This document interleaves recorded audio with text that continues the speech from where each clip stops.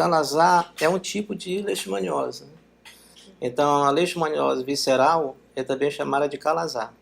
Então, o calazar é um tipo de leishmaniose, que também tem a leishmaniose tegumentar, que afeta a pele e a mucosa. Então, quando a doença afeta a pele, a gente chama de leishmaniose cutânea. E quando afeta as vísceras, fígado, baço, e às vezes o parasita se instala na medula óssea, a gente chama de leishmaniose visceral.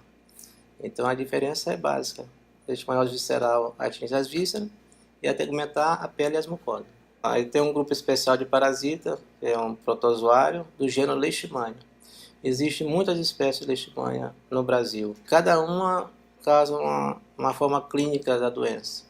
E quem causa o calazar, que é a leishmaniose visceral, é apenas uma espécie, que é a Leishmania infanto-chagas. Então, uma única espécie no Brasil causa o calazar.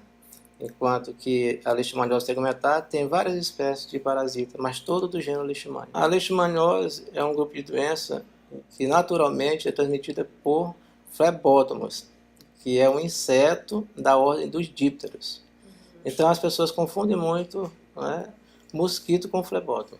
Mosquito, a gente normalmente se refere aos pernilongos, né, que inclui a muriçoca, o Aedes, o anofelino. Então, o anofelino, o Aedes e a muriçoca são mosquitos de pernilongo.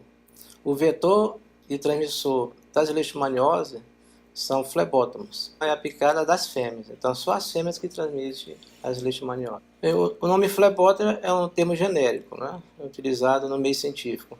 Mas em cada lugar, em cada país, os flebotomíneos têm um nome também popular. Isso mostra que o inseto é bastante conhecido, é muito comum na área onde tem a leishmaniose. Então aqui na ilha de São Luís ele é conhecido como arrupiado e furrupa. Já na região de Codó, Caxias, aí perto de Teresina, é conhecido como pela-égua. Quando o flebótomo pica o animal, causa um processo alérgico que leva à perda de pelo. Aí por isso, normalmente quando acontece isso com os equinos, é chamado de pela-égua.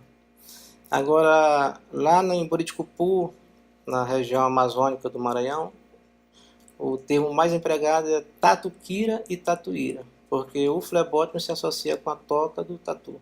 Então é um termo indígena. Os flebótomos e os mosquitos de pernilongo, só as fêmeas são hematófagos, né? Então eles necessitam do sangue para a reprodução.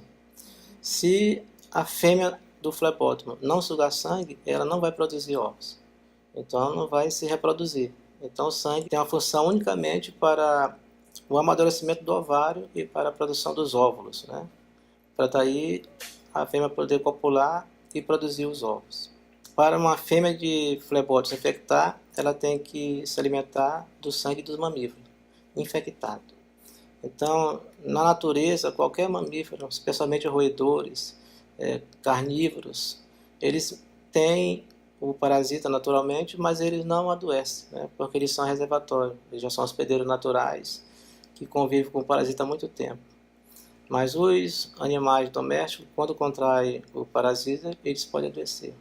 Então, para um flebotomínio adquirir o parasita, a fêmea obrigatoriamente tem que se alimentar do animal que está infectado. Qualquer inseto vetor nativo da América, eles vivem nos ambientes naturais. Então, o flebotomínio é muito comum nas florestas, né, nas matas, seja ela primária ou secundária, em caverna, em ambientes naturais. Mas eles podem se adaptar aos peridomicílios humanos, né? E ali pode se manter nos quintais, né? Sobretudo naqueles quintais sujos, né? Que tem amontoado de lixo, de materiais diversos e que tem abrigo de animais domésticos, né? Como galinheiro, chiqueiro, estábulo, curral.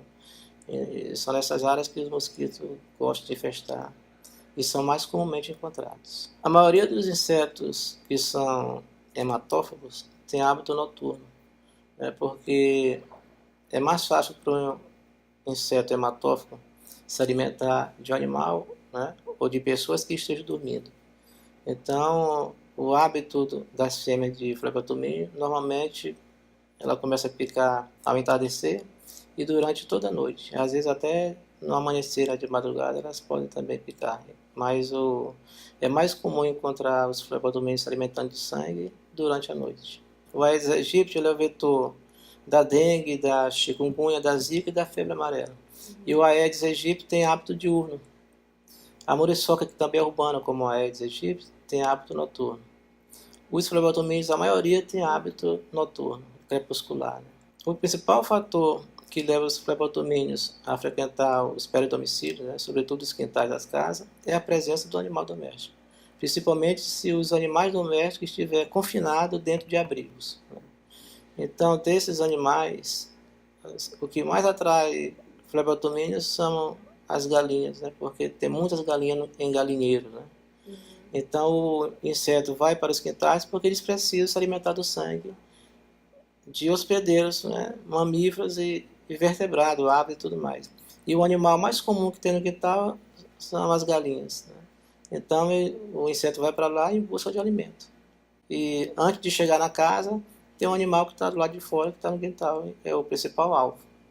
Aí, se não tiver um animal do lado de fora, aí o inseto entra na casa e pode sugar o sangue dos humanos, das pessoas que lá estão. Qualquer animal doméstico, sendo mamífero, pode adoecer. Né? O mais comum é o cão. Né? O cão ele é a principal vítima do calazar, que é a leishmaniose visceral. Ele é muito suscetível. Dentre os animais silvestres, a raposa nordestina também tem o mesmo sintoma do cão, também é suscetível ao calazar. Mas tem uma raposa amazônica, que é o Cerdócio tous, que é resistente. Embora esteja infectado com o parasita do calazar, essa raposa amazônica não desenvolve a doença. Agora, no ambiente doméstico, já foi encontrado equinos, suínos, com lesão de leishmaniose tegumentar. Agora, no ambiente doméstico, o único que adquire calazar é o cão. Numa área de grande infestação de flebotomínios, o que a gente tem encontrado na nossa pesquisa é que as aves, principalmente as galinhas, são os animais que mais atraem os flebotomínios. É lá que a gente encontra a maior quantidade de indivíduos, né, infestando o quintal. Então o galinheiro ele é muito importante. Aí depois tem o chiqueiro, né, onde estão os suínos. Então esses animais devem ser mantidos distante da casa. Quando for construir o chiqueiro e o galinheiro, deve ser feito o mais distante da casa possível, porque esses animais atraem bastante os flebotomínios. Agora, outros animais, como cão, gato, que não tem grande densidade nas casas, geralmente a pessoa cria um gato, né? Ou um ou dois cachorros, aí a importância diminui. Então, a gente tem que ter todo cuidado com esses animais, né? Para evitar que o mosquito pique esses animais, sobretudo o cão, porque o cão é muito suscetível a contrair a infecção. Ele é o principal reservatório rural e periurbano. Então, todo cuidado é pouco quando se tratar do cão. Então, a gente tem que estar vigilante o tempo todo, né? E ter todos os cuidados, a coleira com a repelente, né? E fazer os aceites necessários para prevenir que o mosquito, então, possa ser atraído para esse ambiente. O gato também pode ser vítima da infecção e pode desenvolver a leishmaniose tegumentar, por exemplo. Mas não existe relato de que o gato seja importante para o calazar. Existe atualmente vários meios. Assim, o mais utilizado nas décadas de 70, 80 foi o uso do inseticida de poder residual. Porque para flebotomínio, como ele é um inseto muito pequeno, tem aí em média 3 milímetros, o fumacê, aquele que é administrado para combater o vetor da dengue, não funciona. Então tem que ser um inseticida de poder residual. E o inseticida de poder residual ele é muito tóxico, né? Porque permanece muito tempo na parede e tudo. E o principal inseticida que foi utilizado durante muito tempo foi o DDT, que já foi proibido, né? Por ser extremamente tóxico e permanecer muito tempo no ambiente. E atualmente é usado o piretroide, que é um inseticida divino de plantas, né? Propriedade natural. E a ação desse inseticida nas paredes, tanto do lado interno da casa como do lado de fora, é de mais ou menos 3 meses. Né? Então isso tem sido utilizado, mas é recomendado utilizar esse inseticida quando, naquelas áreas que tem grande infestação do inseto, né? Do flebótomo, e quando tem caso da doença, do calazar, por exemplo. Aí fora disso, é melhor usar o manejo ambiental. Já vem sendo praticado, né, em alguns lugares pelas próprias pessoas, né, pelos próprios moradores, que é representado pela limpeza do quintal, né, e pelo manejo dos abrigos de animais. Existem vários trabalhos, né, feitos ao longo dos anos, mas hoje se sabe que o flebotomínio, o vetor do calazar, que é a Ludsamila de Palpos, ele está distribuído em toda a ilha de São Luís, né? Então, em qualquer lugar, tanto na área urbana como nas áreas periurbanas e rurais, a gente pode encontrar esse flebotomínio. O que vai determinar uma maior infestação em um bairro, em uma casa, né, ou uma localidade são os eventos climáticos, né, introdução de populações novas em área onde não ocorria, o saneamento ambiental, a limpeza, né, o funcionamento do serviço de saneamento, né, coleta de lixo e tudo mais. Então isso varia de um ano para o outro, né. Então tem ano que um povoado de São José Ribamar tem surto, né, tem mais infestação, depois no outro ano isso ocorre no município da Raposa, no Pasto Lumiar, São Luís.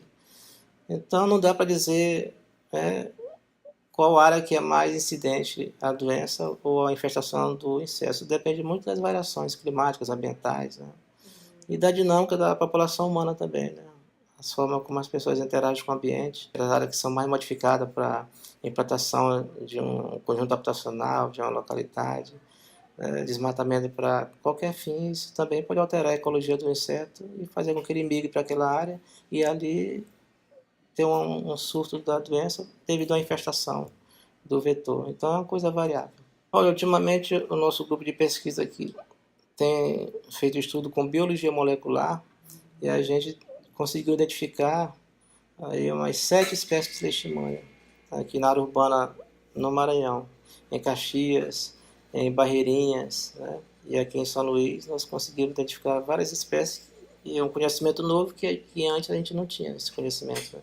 E agora a gente já sabe quais são as espécies de leishmania que tem aqui, que causa leishmaniose tegumentar, e sabemos quais são as espécies de flebotomínio que são transmissoras. Então aqui no Maranhão tem mais de 90 espécies de flebotomínio, mas só umas 7 são importantes na transmissão dessas doenças, né?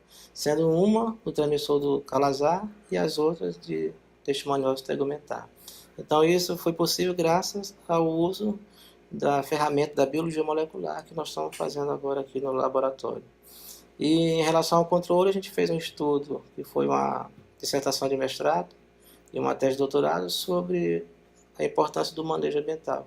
Fazer a limpeza do local onde ele fica continuamente, né? Pode também até usar repelente natural associado com o abrigo desses animais. E no caso de animais que adensam muito, que tem muitos indivíduos no abrigo, como é o caso de galinheiro, procurar fazer o galinheiro mais longe possível das habitações. Mais ou menos nesse sentido. O flebotomínio pertence a um grupo de insetos diferente dos setores da dengue, da chikungunya, da febre amarela, né, e da malária. Então, os insetos que transmitem chikungunya, febre amarela, zika e dengue pertencem à família dos culicídeos. Já os flebotomínios, que são os vetores das leishmanioses, pertencem à família dos psicotídeos. Então, são duas grandes famílias independentes, inclusive eles têm hábito bem diferente. Apesar de ser a fêmea, em todos os casos, né, que é o inseto hematófago que transmite todas essas infecções.